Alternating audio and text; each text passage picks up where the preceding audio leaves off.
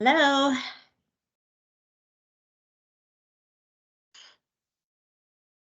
Hey, everybody.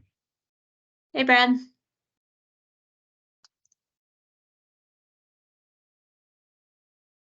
So I got a note that Kathy may be late or entirely absent.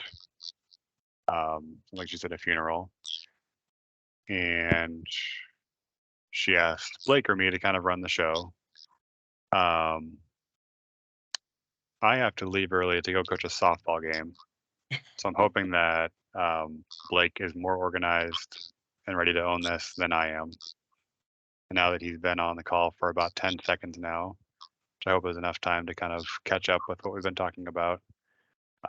Blake could kind of grab this by the horns and lead us through this.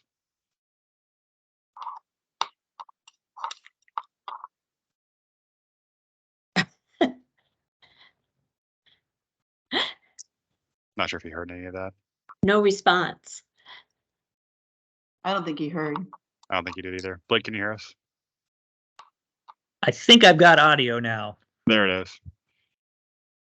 I was just giving my excuse for not being ready to lead any of this. I have to leave early, like I mentioned in my email, but are you able to kind of guide us through what we're talking about today? Or I was not able to connect with Kathy on agenda items ahead of time.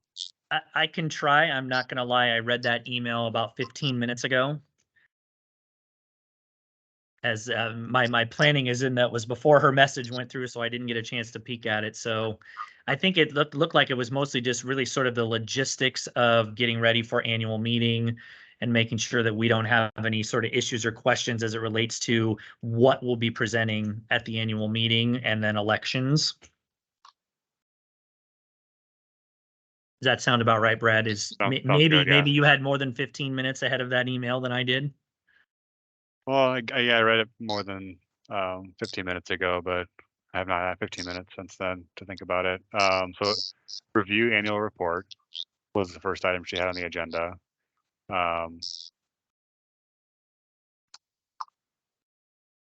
Talking a bit about the annual meeting logistics, like you said, and then talking about there's a need for an election because we're going to have potentially some openings, a few openings.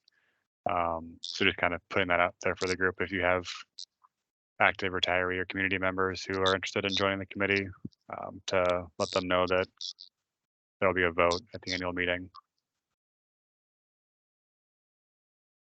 Thank you, because I haven't seen that email. I guess I didn't check recently, so No, sorry. She sent it to Blake and me, and I don't know if we have like a formal agenda for this meeting necessarily. Okay. This was just her letting us know that she had a funeral and she may not be able to join us today. Yeah. So, all right, so I think should we just go ahead and jump into the annual report? And really, it's just are there questions about anything on the annual report? Are there any things that we need to clarify, things that we would identify that we want to highlight, maybe perhaps in the annual meeting? It's the same format that it's always been in terms of content and information. And I guess I'll just leave it there and we'll see if anybody has any questions. If so, turn on those mics and throw them out there. I was just curious, the annual report, and it's maybe something I just plain forgot about, or anyway, on page 27 of the report, it's showing the percentage of basic benefits through the excess earnings through the years. And I'm just curious about comparing last year's and then the upcoming one begins in October for us, that all the groups went up in percentage, and the last group, it remained at 13%. And I'm just curious, usually if they're going up, we go up too. I mean, I'm thankful we didn't go down, but I'm just curious about why, I guess. Not that it's, I just don't,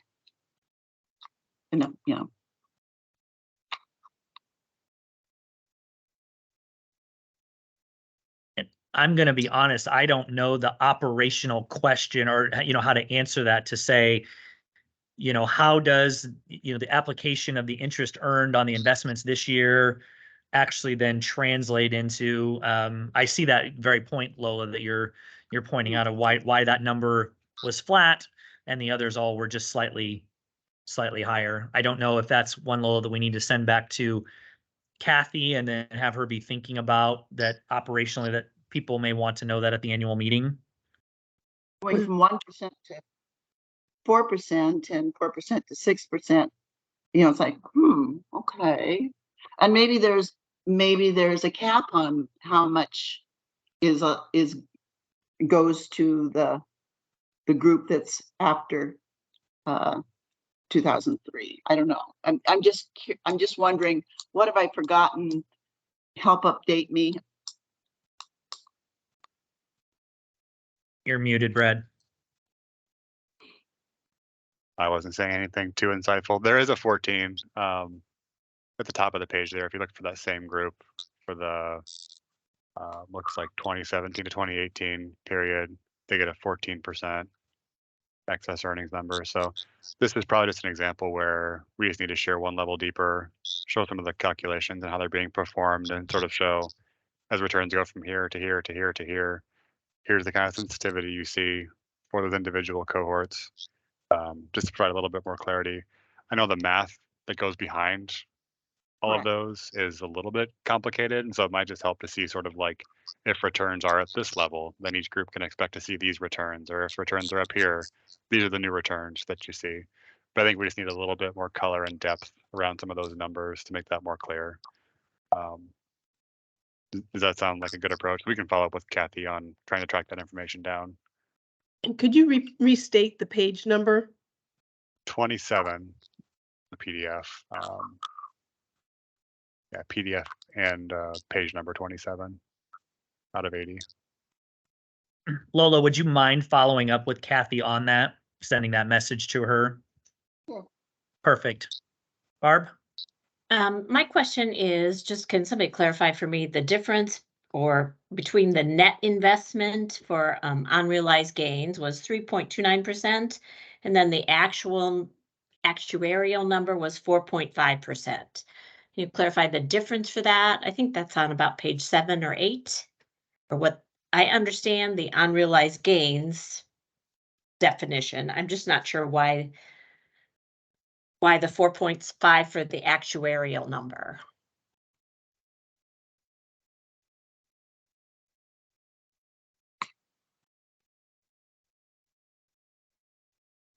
Oh, so you're saying the actuarial assumed investment rate of 4.5. Right, yeah. Okay.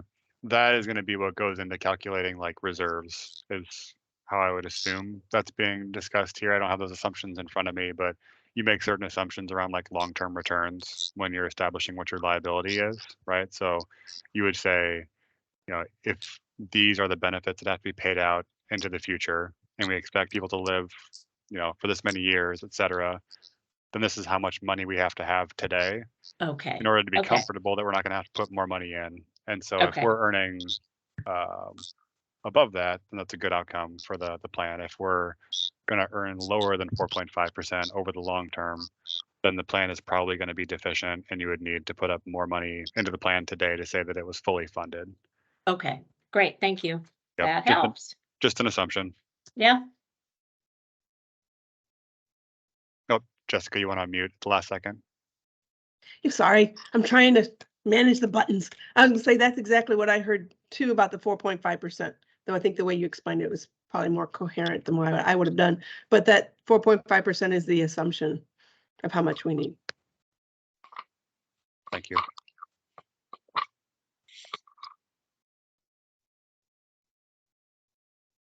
Another question on page 16. So our market value we're at 94.4%. We're not 100%. We're 94.4% funded. Is that what I mean? Not necessarily. So when we talk about funded ratios, that includes like the ratio between some asset value and the liability value we're talking about. This is talking about if you were to go to sell the assets in the plan today, this is how much you could expect to get in the market. The book value is generally what you paid for the assets, or the income that you get in after considering what you paid for it. And so you're going to see that value going down over the last couple of years. You see in 2021 it was 113%, and then it's gone down to 96 and now below 95% at 94.4.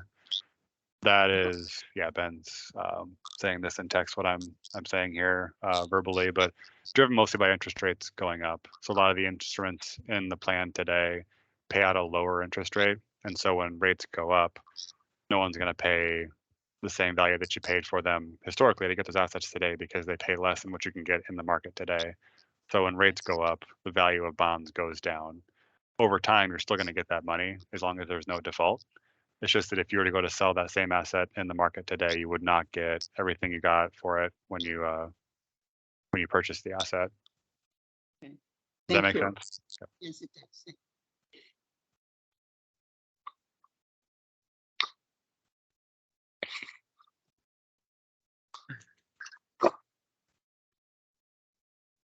Any other annual report questions?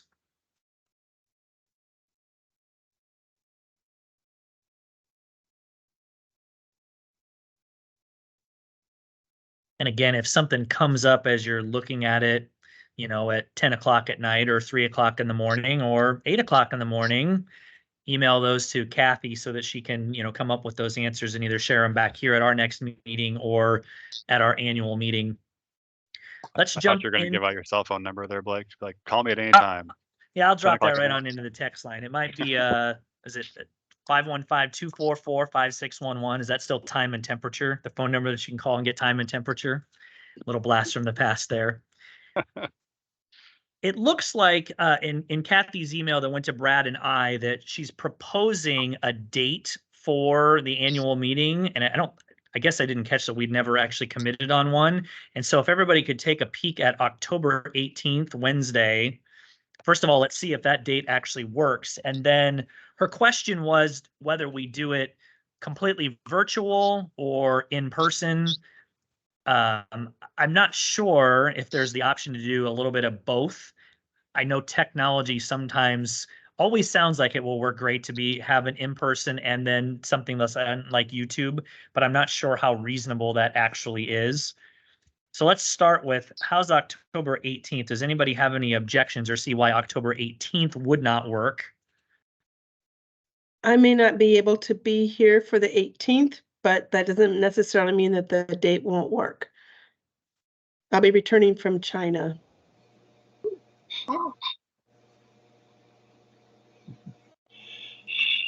Hey, Blake. Yes, sir. October's kind of up in the air for me right now with upcoming issues that you know about. I'll be going in for surgery sometime around there. So I'm a definite, almost maybe kinda. Best I can do. Any other thoughts on October 18?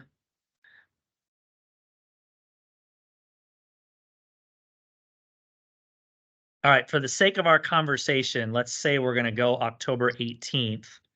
What are people's thought about virtual versus in person? And I'm going to be honest, probably the retired representation here is a whole lot more important because you outnumber the actives by a lot to a little. I think that for retirees, it might be easier to do it in person. And I believe last year we did have both available because we had somebody from broadcasting at Central Campus that came and maybe perhaps did something. I'm not sure about that, but. Rosie, I don't mean to put you on the spot if you're on here, but any thoughts on, like if we used Kurt's or another facility, would we be able to broadcast at least over the YouTube channel? Maybe not necessarily. And I think last year it wasn't interactive, but at least people could watch it virtually live. Yeah, that's right. Yep. Yeah. Yeah, I can ask. Absolutely. Because I think I think my thought is that if we can do it in person and have at least that broadcast Yep. capability, I Yep. feel really good about that option. I mean, and even if we just did it in person and if we couldn't do a live stream of it, at least we could do a video of it that could be posted. Granted, Sure. it wouldn't be in the moment, but I think as long as we can get that link out or that video out for people, I would feel like we're doing our best due diligence to loop people in as much as we can. Agreed.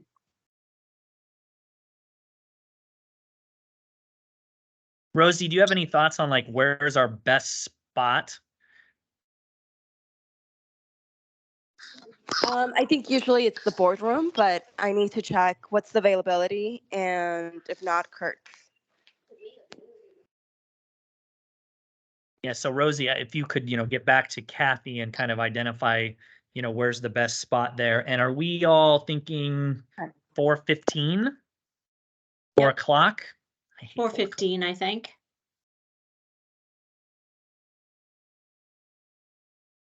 So if everybody's good with, let's plan on October 18th, 4:15 in person, and we'll do our best to figure out as much technology as we can.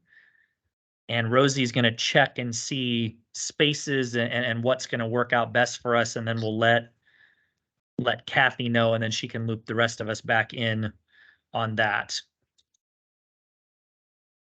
And I think probably what's easiest is if you know that there are specific things that you want brought up as like agenda items or discussion points as we kind of go through the annual report and all the financial discussions, I think send those directly to Kathy so that she can kind of filter them to whomever's going to do that speaking. That way we can kind of have that all organized ahead of time. And any of you that are watching this or maybe watching it later as DMTRS plan members, you're welcome to email any of us or email Kathy McKay directly to say, hey, as part of the annual meeting as a member, I'd really like to hear about whatever the item is so that we can be inclusive of things that you want to hear about during that annual meeting.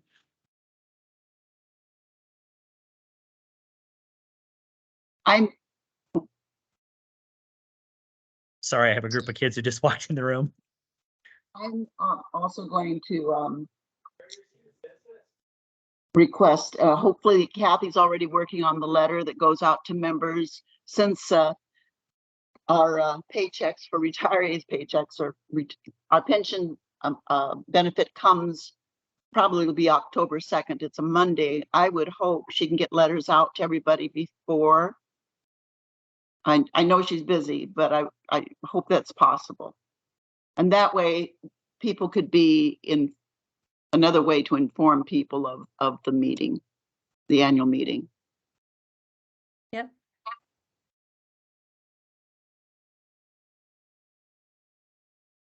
And also request in that, like you said, Blake, if you have any concerns you want addressed or have any questions, get back to us. I will send just kind of a follow-up to Kathy with just kind of the broad things that we just talked about, the date and the time, checking on the space, making sure that we get communications out to retirees as quick as we can with the ability for them to communicate back, questions that they want to have addressed. And then also the email that will go out to the active members so that they know kind of the when and where as we confirm those pieces. So anything else about the annual meeting? Because the next item will kind of fit with it as we think about the election and how we want to do that.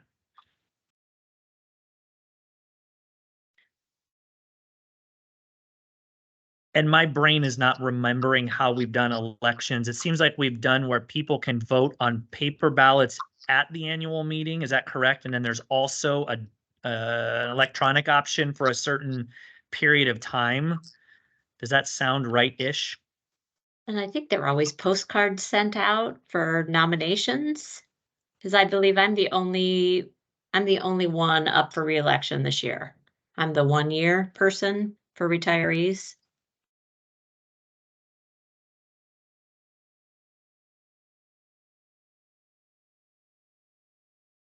is And I really know that challenging with the hybrid approach that we're going for too, like with the in-person and virtual broadcast. It's kind of tough.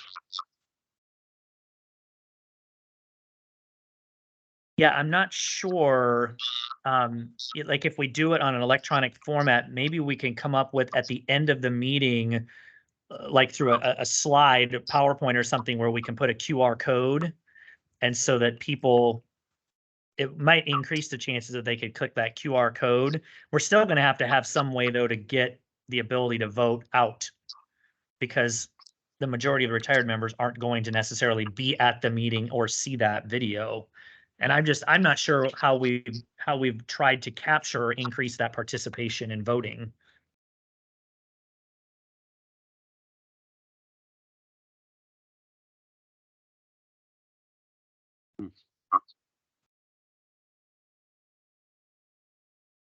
That's probably our $1 million question, which is how do you reach people that are all over the world, some being highly attentive to what's going on and others not as attentive to what's going on with DMTRS, and still give them that opportunity to vote.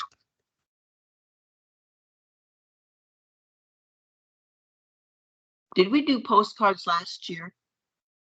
Seems like we always do.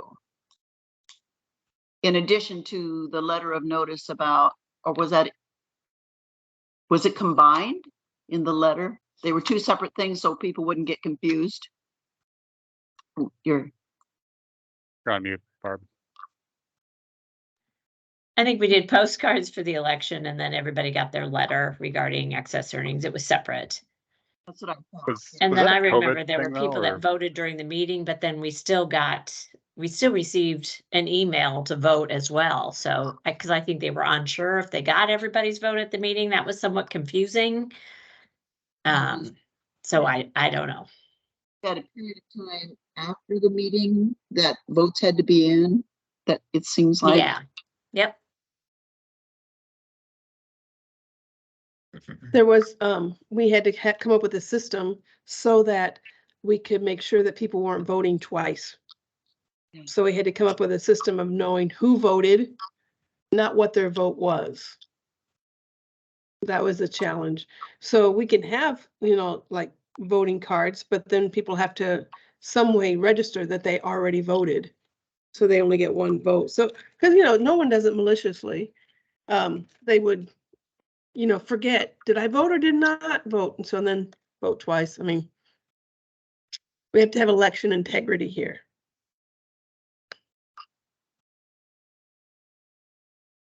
Is it as simple as, could we have people who are at the meeting in person sign in and we tell them, this is your opportunity to vote, right? So if you're going to vote, it's got to be now.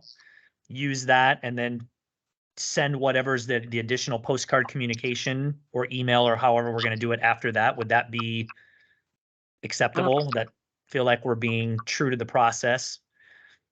I wouldn't want someone to be like, well, I really want to go home and ponder who I'm going to vote for here, but I don't know if that's what's happening. Well, yes, you could have them sign in and have them get a voting card, and we just don't mail the cards to whoever. There you go. Right? So we just have to make sure we can read their writing. And then they can take the card and mail it back if they want to ponder, or they can leave it with us that day if they want to do it that day. But that way we would know who got a ballot, and we're only going to mail ballots to those who weren't on that list. There you go. And do we have to do that if do we have to have a ballot at all if there's one name to be voted for? Do we have to go through all that? Yep. Good question. Yeah, I think so, because I suppose you Okay. could write in, Yeah. which Okay. which means that we also need to have then an open call for Yeah. people who are running, and yeah. And I'm not sure if is that what's included on the postcard that goes out Yes. to retirees? Yes. Because Jessica, I don't think we get that as actives. I think we just get an email, right? That sound familiar? Yeah, we didn't need a postcard because everybody who's an employee has an email address that we know. We know their name and we know their email address, so we can email them. a direct link and they can just vote electronically. I like the electronic votes. This makes it much easier to tally. You can register whether or not you voted without knowing who voted for who. But a lot of our retirees don't like or don't have that electronic link. We don't necessarily know all their email addresses. So that's where it becomes problematic. I mean, we could send them a postcard with a QR code, but a lot of folks won't know what that does or what that Right. is. Right.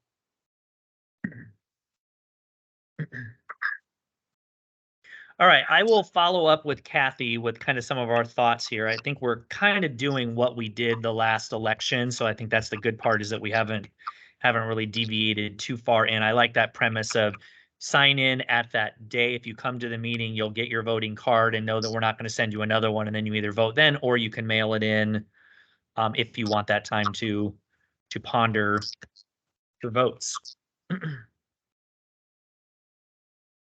Brad, how'd we do? I think we made it through what she wanted to talk about.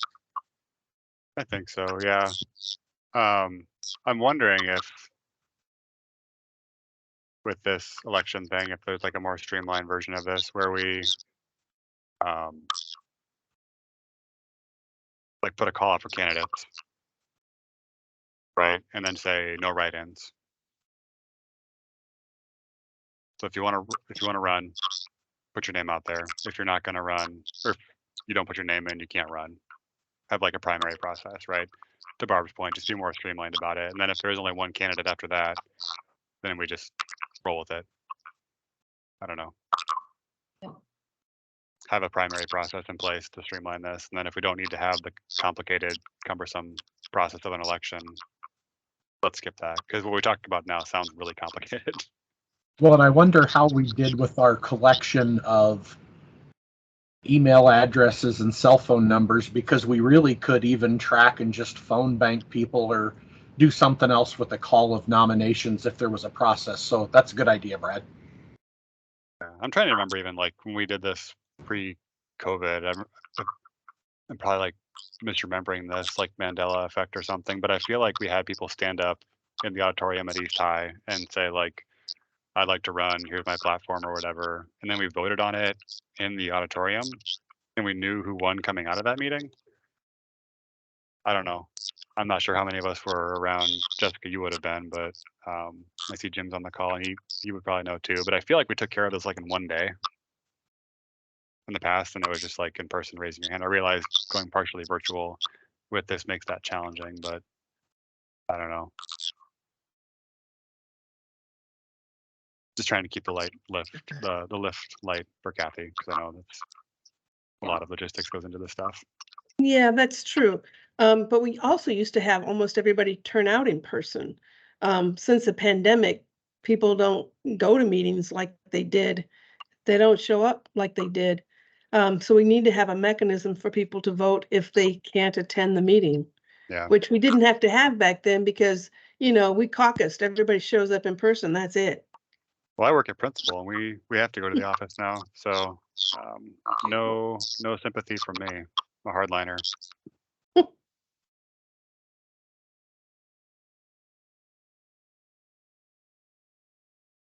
Is that the only elections ballot spot that's needed then, that's empty? I think we have one of every type, actually, potentially. So I think we have a community spot that is open right now. Do we have an active spot as well? Yes, Yep. there's one active spot open. Okay, Which so I think Brad may be the reason why like we may end up needing that write-in option because we have had that spot vacant for a year. yeah, that's a good point. Let the minutes show for Kathy that I tried.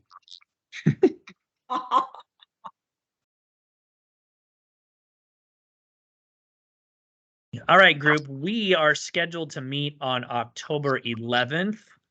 My question is, do we need to meet the week before the annual meeting? Is my thought.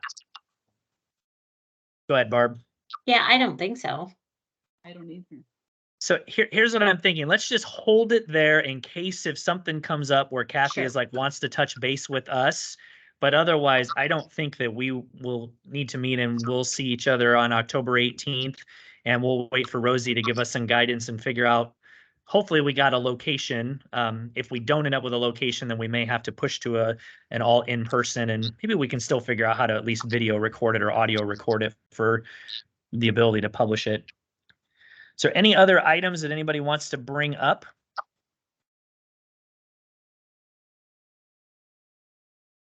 All right, Brad's got to go coach, right? Is that what's up? Coach pitch too, yeah. So a lot of pressure, lot of pressure on me here. A lot of pressure. Coach has got to get out there. So thanks everybody. Again, keep Thanks. emailing all the way around if there's things that need to come up, and we'll see everybody in like 4.5 weeks. Be well, Have everybody. fun in China, Jessica. Yeah, have a great trip. Thank you. Yeah, it's safe. pretty exciting. See you later. Bye. Bye.